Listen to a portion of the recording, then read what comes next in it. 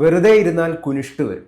അതുകൊണ്ട് നമ്മെ എപ്പോഴും നവീകരിക്കാൻ വായിക്കുകയാണ് ചെയ്യാറ് എന്നാണ് വി.ഡി. സതീശൻ, ജനങ്ങളുടെ പ്രതിപക്ഷ നേതാവ്, പറയുന്നത്.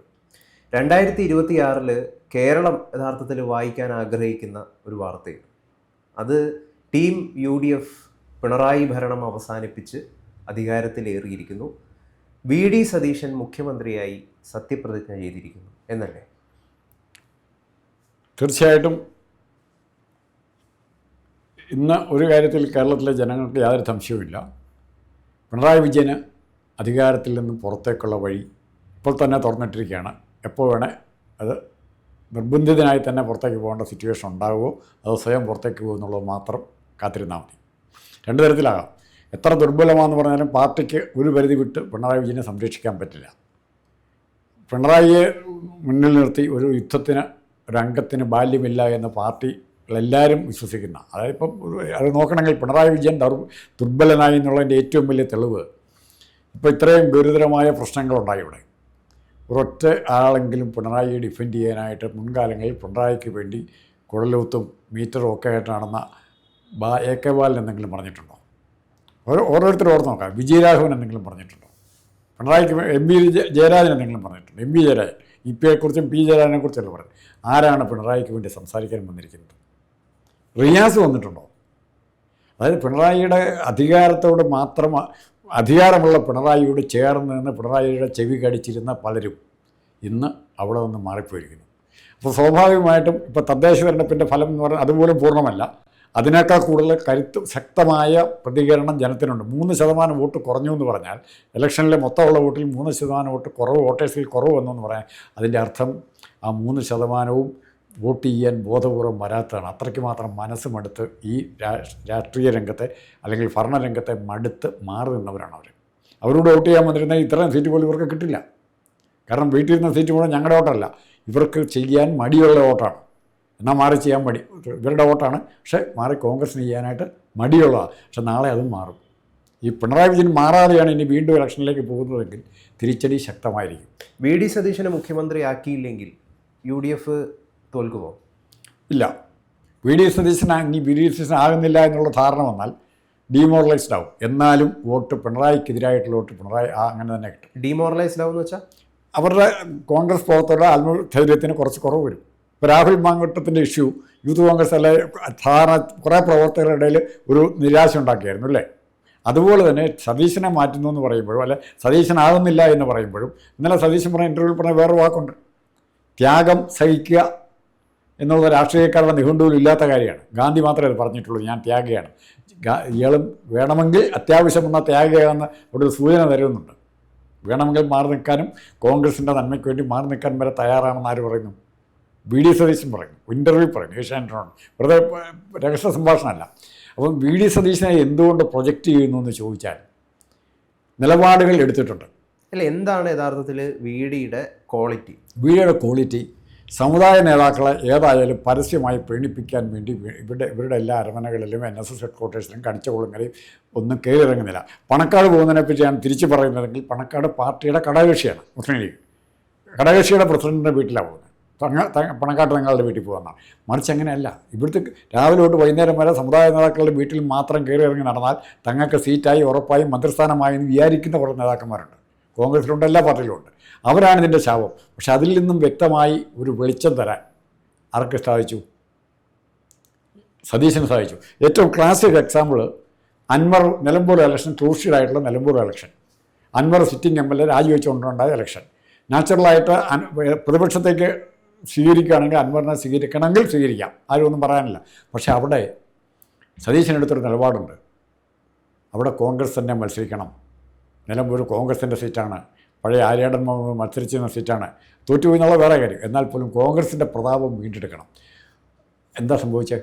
ലീഗ് വരെ ആവശ്യപ്പെട്ടു അൻവറിനെ അക്കോമഡേറ്റ് ചെയ്യണം. പക്ഷേ ഇപ്പോൾ പറ്റില്ല, തിരഞ്ഞെടുപ്പ് കഴിഞ്ഞ് ആലോചിക്കാം. ഒറ്റ വാക്കേ പറഞ്ഞുള്ളൂ. അതിന് ആ തീരുമാനത്തിൽ ഉറച്ചു നിന്നു സതീശൻ. അത് സാധാരണ കോൺഗ്രസിൻ്റെ ആൾക്കാർ ചെയ്യുകയില്ല. ഇവിടെ ഒന്ന് ആലോചിച്ച് നോക്കൂ. 5ാം മന്ത്രിസ്ഥാനം വേണമെന്ന് പറഞ്ഞപ്പോൾ UDF കീഴടങ്ങി കൊടുത്തു. താക്കോൽ സ്ഥാനം വേണമെന്ന് NSS പറഞ്ഞപ്പോൾ അതിൻ്റെ പുറകെ രമേശ് ചെന്നിത്തല ആഭ്യന്തരമന്ത്രി സ്ഥാനം കൊടുത്തു.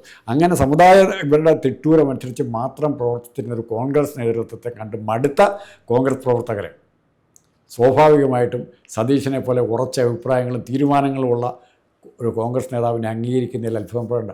ഇവിടെ ഏറ്റവും കൂടുതൽ അക്സെപ്റ്റൻസ് കിട്ടിയ സതീശൻ സുധാകരൻ കോമ്പിനേഷനാണ് ഏറ്റവും കൂടുതൽ അക്സെപ്റ്റൻസ് കിട്ടിയത്. കോൺഗ്രസ് പ്രവർത്തകർ ചാകാൻ കിടന്നവർ എഴുന്നേറ്റ് വന്നു. ഞാൻ 2-3 ചെറിയ കുടുംബയോഗങ്ങളിൽ പോകേണ്ട ആവശ്യമുണ്ട്. ചാകാൻ കിടക്കുന്ന കോൺഗ്രസ്സുകാരന്മാർ എഴുന്നേറ്റ് വന്നു. അതാണ് പറഞ്ഞത്. അപ്പോൾ ചില വിഷയങ്ങളെക്കുറിച്ച് സംസാരിക്കാനായിട്ട് പോകും. അപ്പോഴാണ് അറിയുന്നത് കോൺഗ്രസ് പ്രവർത്തകർ ഇത്ര ആവേശമുള്ളവരാണോ എന്ന് മനസ്സിലാക്കുന്ന സന്ദർഭങ്ങൾ അതാണ്. പിന്നെ കോളേജുകളിൽ ഒരു ബഹളവും സംഘടനയുടെ കേസ് വളരുക എല്ലാ വർഷവും. അതായത് ഒറ്റ കണക്കാലോചിച്ചാൽ മതി. പുതിയ വോട്ടർമാർ വരുന്നവർ മുഴുവൻ ഇവരുടെ കണക്ക് പ്രകാരം SFI ക്കാരായിരിക്കണം. ചേരുന്ന പുതിയതായിട്ട് വോട്ടേഴ്സ് ലിസ്റ്റിൽ ചേരുന്നവരെല്ലാം 10ാം ക്ലാസ്സും pre-degree ഒക്കെ പാസ്സായവരാണ്. അല്ലെ, ഇത് ഇവരാരായിരിക്കും? ഇപ്പോഴത്തെ കോളേജിലെ അന്തരീക്ഷം വെച്ച കോളേജുകളിലെ അന്തരീക്ഷം ഇവരെല്ലാം 90% SFI ആയിരിക്കണം. അത്ര വോട്ട് കിട്ടിയ ഇവർ CPM ഒറ്റയ്ക്ക് ജയിക്കും. 2016 47ആണ് 140. 2019 വരുമ്പോൾ അത് 7 സീറ്റ് കുറഞ്ഞ് 40ആയി. 2026 വരുമ്പോൾ തൂക്ക് മന്ത്രിസഭയായിരിക്കും. 2026 ഒരു കാലത്തും തൂക്ക് മന്ത്രിസഭ ആയിരിക്കില്ല. ഒരു കാലത്തും ഇവിടെ സംഭവിക്കാൻ പോകുന്ന മറ്റൊരു അത്ഭുതം സംഭവിക്കും. അത് പറയുന്നത് ശരിയല്ല. 100-120 സീറ്റ് വരെ വേണേൽ കോൺഗ്രസിന് കിട്ടാം. ആ 120 സീറ്റ് കോൺഗ്രസിന് കിട്ടുന്നുണ്ടെങ്കിൽ അർത്ഥം കോൺഗ്രസിന് ഒറ്റയ്ക്ക് ഭൂരിപക്ഷം കാണും. ഭരിക്കുമെന്നല്ല ഞാൻ പറയുന്നത്. ഒറ്റയ്ക്ക് നിയമസഭാ കക്ഷിയിൽ ഭൂരിപക്ഷം കോൺഗ്രസിന് 70-75 സീറ്റ് വരെ വേണേൽ കിട്ടാം.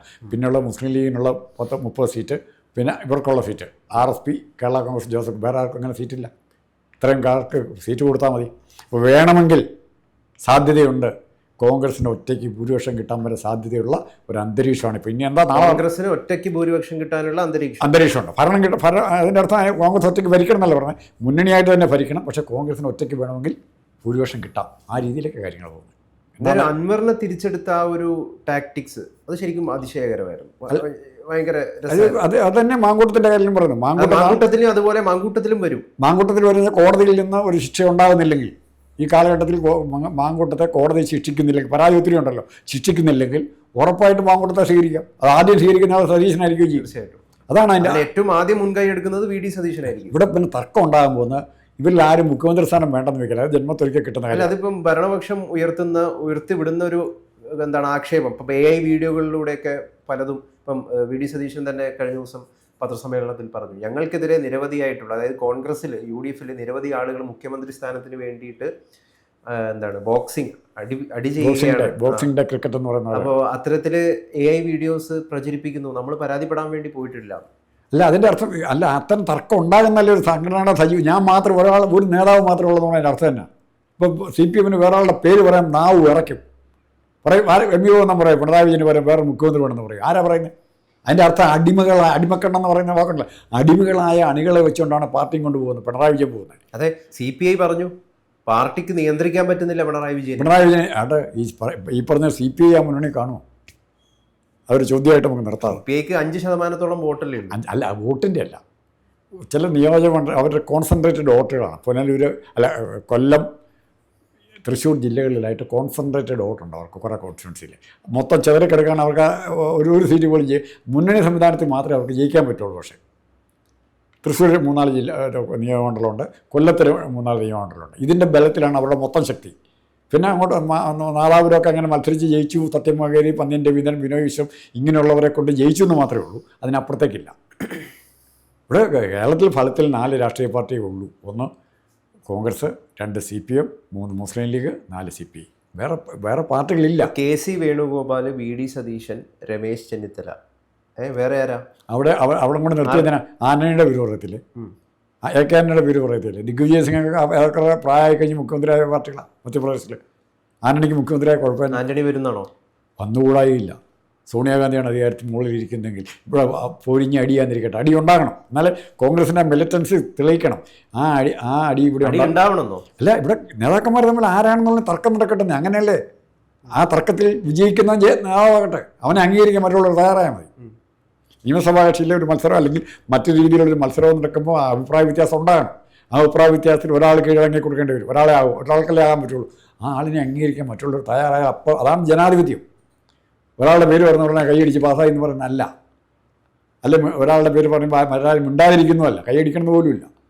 ആ പിണറായി വിജയൻ്റെ ജനാധിപത്യം അല്ല, CPM കേന്ദ്രീകൃത ജനാധിപത്യം അല്ല കോൺഗ്രസ് പിന്തുടരുന്നത്. വികേന്ദ്രീകൃത ജനാധിപത്യമാണ്. അതാണ് കോൺഗ്രസിൻ്റെ മെച്ചം. ഇന്നും കോൺഗ്രസ് ഒരു സംഘടനാ പ്രവർത്തനവും ഇല്ലാതെ പിടിച്ചു നിൽക്കുന്നത് അതുകൊണ്ടാണ്. പക്ഷെ ഒരു കുറേ രാജാക്കന്മാർ ഒരു സ്ഥലത്ത് ഉണ്ടായി കഴിഞ്ഞ് കഴിഞ്ഞാൽ കുഴപ്പമില്ലേ?